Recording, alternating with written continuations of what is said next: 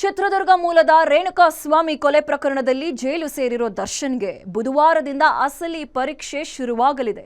ಕೊಲೆ ಪ್ರಕರಣದ ಕುರಿತು ಪೊಲೀಸರು ಈಗಾಗಲೇ ತನಿಖೆ ನಡೆಸಿ ಸಾವಿರಾರು ಪುಟಕ್ಕೂ ಹೆಚ್ಚು ಪುಟಗಳ ಚಾರ್ಜ್ ಶೀಟ್ ನ್ಯಾಯಾಲಯಕ್ಕೆ ಸಲ್ಲಿಸಿದ್ದಾರೆ. ಬುಧವಾರದಿಂದ ಕೊಲೆ ಪ್ರಕರಣದ ವಿಚಾರಣೆ ಆರಂಭವಾಗಲಿದೆ. ಈಗಾಗಲೇ ಸಾಕ್ಷಿಗಳಿಗೆ ಸಮನ್ಸ್ ನೀಡಲಾಗಿದ್ದು ಡಿ ಗ್ಯಾಂಗ್ಗೆ ಆತಂಕ ಶುರುವಾಗಿದೆ. ಅದರ ಡೀಟೇಲ್ಸ್ ಇಲ್ಲಿದೆ ನೋಡಿ.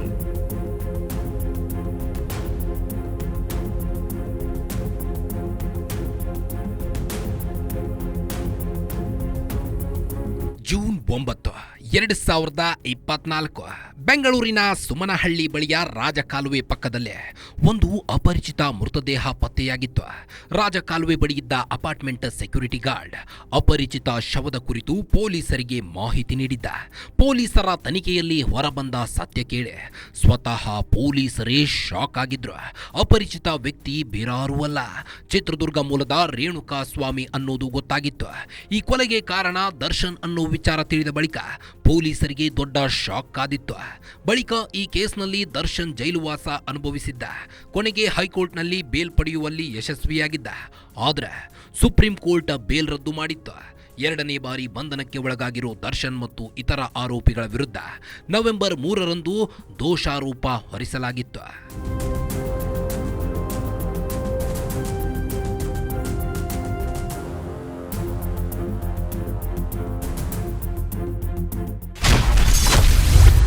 ಬುಧವಾರದಿಂದ ಕೋರ್ಟ್ನಲ್ಲಿ ರೇಣುಕಾ ಕೇಸ್ ವಿಚಾರಣೆ. ನ್ಯಾಯಾಲಯಕ್ಕೆ ಹಾಜರಾಗಲಿದ್ದಾರೆ ರೇಣುಕಾ ತಂದೆ ತಾಯಿ. ಆರೋಪಿಗಳು ಎಲ್ಲರೂ ಸೇರಿ ತಮ್ಮ ವಿರುದ್ಧದ ಆರೋಪ ಸುಳ್ಳುವಂತ ನ್ಯಾಯಾಲಯದಲ್ಲಿ ಹೇಳಿದ್ರು. ಇದಾದ ಬಳಿಕ ಡಿಸೆಂಬರ್ 3ಕ್ಕೆ ವಿಚಾರಣೆ ಮುಂದೂಡಲಾಗಿತ್ತು. ಅಂದು ನ್ಯಾಯಾಲಯದಲ್ಲಿ ದರ್ಶನ್ ಪರ ವಕೀಲರು ಕೆಲವು ಆಕ್ಷೇಪಣೆಗಳನ್ನ ಸಲ್ಲಿಸಿದ್ರು. ಆದರೆ ಈ ಆಕ್ಷೇಪಣೆಗಳನ್ನ ನ್ಯಾಯಾಲಯ ಪುರಸ್ಕರಿಸಲಿಲ್ಲ. ಪ್ರಾಸಿಕ್ಯೂಷನ್ ಪರ ವಕೀಲರು ವಿಚಾರಣೆಗೆ ಸಿದ್ಧರಾಗಿದ್ರು.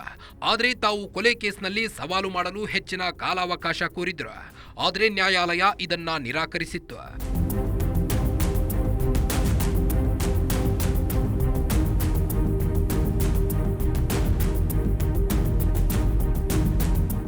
ಡಿಸೆಂಬರ್ 3ರಂದು ದರ್ಶನ್ ಪರ ವಕೀಲರ ಆಕ್ಷೇಪಣೆಗಳನ್ನು ಆಲಿಸಿದ ನ್ಯಾಯಾಲಯ ಅವರ ವಾದವನ್ನ ಪುರಸ್ಕರಿಸಲಿಲ್ಲ.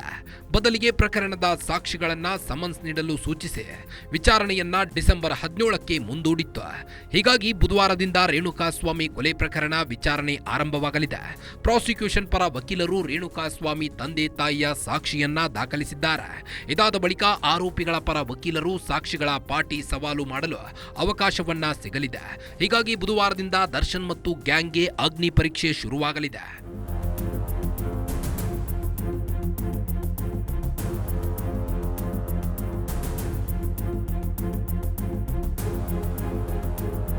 ಪ್ರಕರಣದ 17 ಆರೋಪಿಗಳಲ್ಲೇ ಪವಿತ್ರ ಗೌಡ A1 ಆಗಿದ್ದು ದರ್ಶನ್ A2 ಆಗಿದ್ದಾನೆ.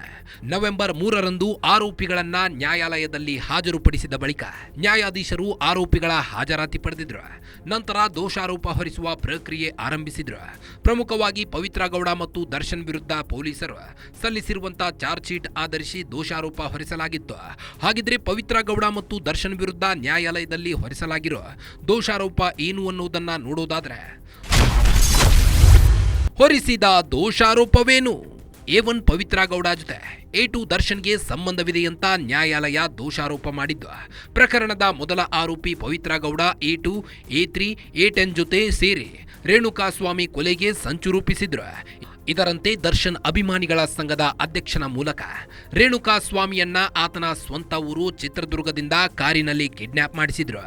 ರೇಣುಕಾ ಸ್ವಾಮಿ ಅಪಹರಿಸಿ ಕರೆತರುವ ವೇಳೆ ಆತನ ಬಳಿ ಇದ್ದ ಆಭರಣಗಳ ಸುಲಿಗೆ ಮಾಡಲಾಗಿದೆ. ಅಲ್ಲದೆ ಬೆಂಗಳೂರಿಗೆ ಕರೆತಂದ ಬಳಿಕ ರಾಜರಾಜೇಶ್ವರಿ ನಗರದ ಶೆಡ್ನಲ್ಲಿ ಅಕ್ರಮ ಬಂಧನದಲ್ಲಿ ಇರಿಸಿದ್ರಿ. ರೇಣುಕಾ ಸ್ವಾಮಿ ಶೆಡ್ನಲ್ಲಿರುವ ಕುರಿತು 2ನೇ ಆರೋಪಿಯಿಂದ ನಿಮಗೆ ಮಾಹಿತಿ ಸಿಕ್ಕಿತ್ತು. ನಿಮ್ಮನ್ನು ಶೆಡ್ಗೆ ಕರೆತಂದಾಗ ರೇಣುಕಾ ಸ್ವಾಮಿ ಮೇಲೆ ನೀವು ಚಪ್ಪಲಿಯಿಂದ ಹಲ್ಲೆ ಮಾಡಿದ್ದೀರಿ. ಅಲ್ಲದೆ ಕೊಲೆ ಮಾಡುವ ಒಳಸಂಚು ರೂಪಿಸಿ ರೇಣುಕಾ ಸ್ವಾಮಿ ಮೇಲೆ ಚಪ್ಪಲಿಯಿಂದ ಹಲ್ಲೆ ಮಾಡಿದ್ದೀರಿ ಅಂತ ಪವಿತ್ರ ವಿರುದ್ಧ ದೋಷಾರೋಪ ಹೊರಿಸಿದ ಕೋರ್ಟ್ ಬಳಿಕ ದರ್ಶನ್ ಬಂದು ಅಶ್ಲೀಲ ಸಂದೇಶ ಕಳಿಸುತ್ತೀಯಾ ಎಂದು ರೇಣುಕಾ ಸ್ವಾಮಿಗೆ ಥಳಿಸಿದ್ದಾನೆ. ಶೆಡ್ನಲ್ಲಿ ರೇಣುಕಾ ಸ್ವಾಮಿಯನ್ನ ದರ್ಶನ್ ಮೇಲಕ್ಕೆ ಎತ್ತಿ ಕುಕ್ಕೆ ಬಲವಾಗಿ ಥಳಿಸಿದ್ದಾನೆ.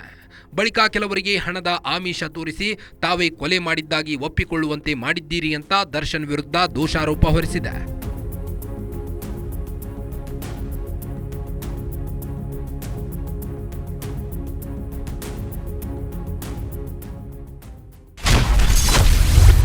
ಸೋಮವಾರ ಜೈಲಿಗೆ ಡಿಜಿಪಿ ಅಲೋಕ್ ಕುಮಾರ್ ಭೇಟಿ. ಯಾವುದೇ ಕುಂದು ಕೊರತೆ ಇಲ್ಲ ಎಂದಿರುವ ನಟ ದರ್ಶನ್ ಬುಧವಾರದಿಂದ ರೇಣುಕಾಸ್ವಾಮಿ ಕೊಲೆ ಪ್ರಕರಣದ ಕುರಿತು ನ್ಯಾಯಾಲಯದಲ್ಲಿ ವಿಚಾರಣೆ ಆರಂಭವಾಗಲಿದೆ. ಇದರ ನಡುವೆ ಇತ್ತೀಚೆಗಷ್ಟೇ ಹಿರಿಯ ಪೊಲೀಸ್ ಅಧಿಕಾರಿ ಅಲೋಕ್ ಕುಮಾರ್ರನ್ನ ಬಂದಿಖಾನೆಗಳ ಡಿಜಿಪಿಯಾಗಿ ನೇಮಕ ಮಾಡಲಾಗಿತ್ತು. ಅಧಿಕಾರ ಸ್ವೀಕರಿಸಿದ ಬಳಿಕ ಮೊದಲ ಬಾರಿಗೆ ಅಲೋಕ್ ಕುಮಾರ್ ಪರಪ್ಪನ ಅಗ್ರಹಾರ ಸೆಂಟ್ರಲ್ ಜೈಲಿಗೆ ಭೇಟಿ ನೀಡಿದ್ರು. ಈ ವೇಳೆ ದರ್ಶನ್ ಇದ್ದ ಬ್ಯಾರಕ್ಗೆ ತೆರಳಿ ಪರಿಶೀಲನೆ ನಡೆಸಿದ್ರು. ಈ ಹಿಂದೆ ಜೈಲಿನಲ್ಲಿ ನನಗೆ ಅಗತ್ಯ ಸೌಲಭ್ಯ ಸಿಗುತ್ತಿಲ್ಲ ಅಂತ ದರ್ಶನ್ ಅಲವತ್ತುಕೊಂಡಿದ್ದ. ಆದರೆ ಅಲೋಕ್ ಕುಮಾರ್ ಭೇಟಿ ವೇಳೆ ಯಾವುದೇ ಕುಂದುಕೊರತೆ ಇಲ್ಲ ಅಂತ ದರ್ಶನ್ ಹೇಳಿದ್ದಾನೆ ಅನ್ನೋ ಮಾಹಿತಿ ಸಿಕ್ಕಿದೆ. ಅವ್ರೇನು ಕುಂದುಕೊರತೆ ನಮಗೇನು ಹೇಳಿಲ್ಲ. ನಾವು ಅಷ್ಟೇ ಕೇಳಿದ್ವಿ ಅವ್ರದ್ದು ಡೇಟ್ಸ್ ಏನಿದೆ, ಹಿಯರಿಂಗ್ ಟ್ರಯಲ್ ಆಗ್ತಾ ಇದೆಯಾ, ಅದರ ಬಗ್ಗೆ ಏನು ಸಮಸ್ಯೆ ಇದೆ, ಅವರು ಯಾರಿಗೇನು ಸಮಸ್ಯೆ ಇಲ್ಲ, 6 ಜನ ಇದ್ದಾರೆ ಇದರಲ್ಲಿ. ಆನಂತರ 17ನೇ ತಾರೀಕಿಗೆ ಅವ್ರದ್ದು ಬಹುಶಃ ನೆಕ್ಸ್ಟ್ ಡೇಟ್ ಹಿಯರಿಂಗ್ ಇದೆ. ಹಿಂದಿನ ತಿಂಗಳ ಅದು 6ನೇ ತಾರೀಕು ಒಂದು ಬಹುಶಃ ಹಿಯರಿಂಗ್ ಆಗಿದೆ. ಸೊ ಅವ್ರ ಹಿಯರಿಂಗ್ ಏನಿದೆ ಅದು ಕೇಸ್ದು ನಡೀತಾ ಇದೆ. ಇಲ್ಲ, ನಾನು ಅಲ್ಲಿ ಹೋಗಿದ್ದೆ, ನಾನು ಮಾತಾಡಿಸಿ 6 ಜನಕ್ಕೆ ಮಾತಾಡಿದೆ. ಅವರು ಆರ್ತಿ ನಮಗೇನು ಹೇಳಿಲ್ಲ. ಡೇಟ್ ಬಗ್ಗೆ ಕೂಡ ನಾವು ಮತ್ತೆ ನಾನು ಸಾಮಾನ್ಯವಾಗಿ ಕೇಳಿದೆ, ಏನಾದರೂ ಇದ್ದರೆ ಹೇಳಿ, ಅವರು ಏನು ಆರ್ತಿ ಏನು ಹೇಳಿ.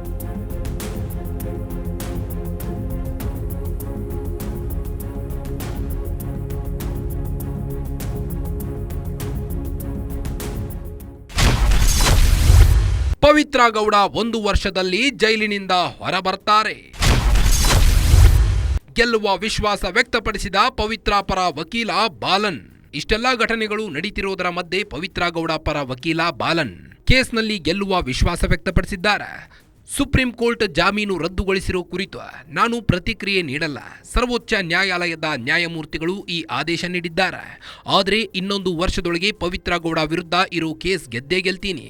ಅವರು ವರ್ಷದೊಳಗೆ ಹೊರಗೆ ಬರ್ತಾರೆ. ಇದೇ ರೀತಿ ಎಲ್ಲ ಆರೋಪಿಗಳು ಹೊರಬರ್ತಾರೆ ಅಂತ ಬಾಲನ್ ವಿಶ್ವಾಸ ವ್ಯಕ್ತಪಡಿಸಿದ್ದಾರೆ. ಜಾಮೀನು ಅರ್ಜಿ ವೆಕೇಟ್ ಆಯ್ತಂದರೆ ಒಂದು ಸುಪ್ರೀಂ ಕೋರ್ಟ್ಗೂ ತೆಗೆದುಕೊಂಡು ಹೋದರು.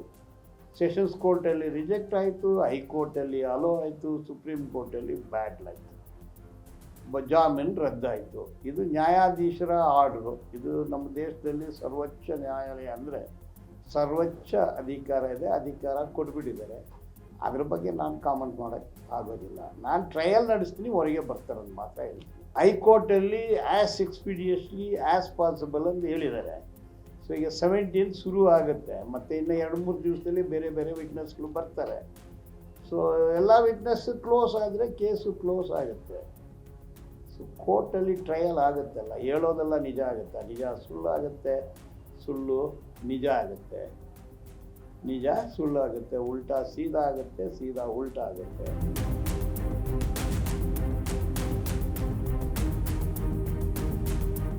ಕೊಲೆ ಕೇಸ್ನಲ್ಲಿ 1 ಬಾರಿ ಜೈಲಿಗೆ ಹೋಗಿ ಬೇಲ್ ಮೇಲೆ ದರ್ಶನ್ ರಿಲೀಸ್ ಆಗಿದ್ರು.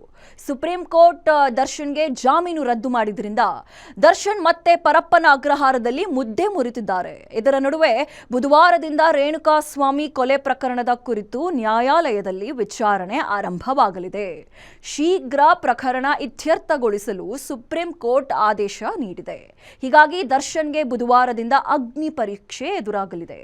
ಇದಾಗಿತ್ತು ಈ ಹೊತ್ತಿನ ವಿಶೇಷ. ನೋಡ್ತಾ ಇರಿ, ಇದು ಗ್ಯಾರಂಟಿ ನ್ಯೂಸ್. ಸುದ್ದಿ ಖಚಿತ, ನ್ಯಾಯ ನಿಶ್ಚಿತ.